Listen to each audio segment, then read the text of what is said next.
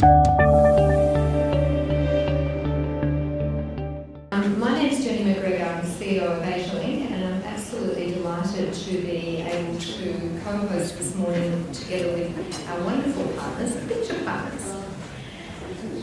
My thanks, very warm thanks to the Department of Foreign Affairs and to you, John, and to Austrade for bringing this event together, and very particularly, I think, to Philip Green for his vision in seeing the opportunities in this issue that we're going to focus on today. Thank you, Jenny, and on behalf of Picture Partners, it's my great privilege to be able to welcome everybody here for this afternoon's briefing, and in particular to welcome our three members of the panel.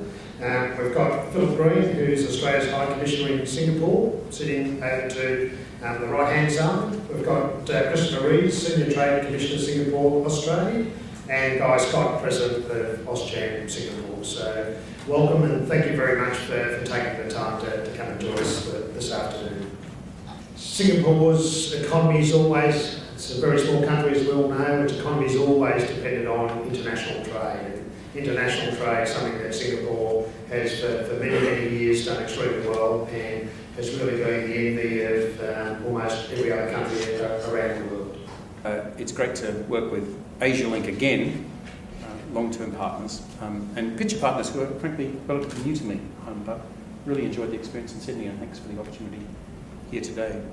Because we think that the scale and consequence of what is going on in Singapore and in broader Asia is not fully appreciated by Australian leaders, both political and business.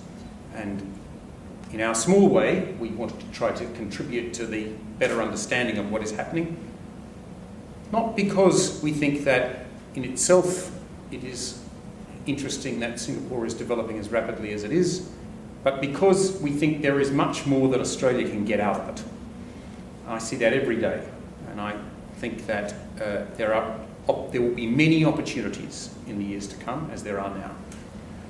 Because what is happening, and I think this is quickening in the current phase of globalisation, which I characterise as networked and deterritorial, is that Singapore is emerging has emerged as a regional hub for finance and nutritious supply chains, but is increasingly a global hub for those things.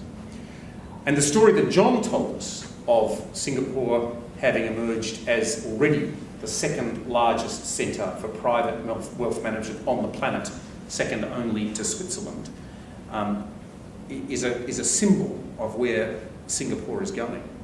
As Philip says, playing to our strengths, but one of the issues that we've always had looking at Asian markets, especially those that are developing, is that we look at what we do from our own perspective rather than the point of view of the potential customer, and often the value that the product or the service may have to them is not necessarily what we see as you know, what we think is the value. Because Rohini, to come back to your first comment about business needing to be bigger, faster, brighter, I think there is a counter-argument that says that there are already a lot of Australian businesses that are running bigger, faster, brighter. There's some great success stories out there.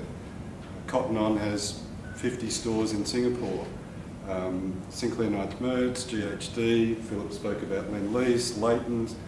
There's a raft of organisations that have already done it.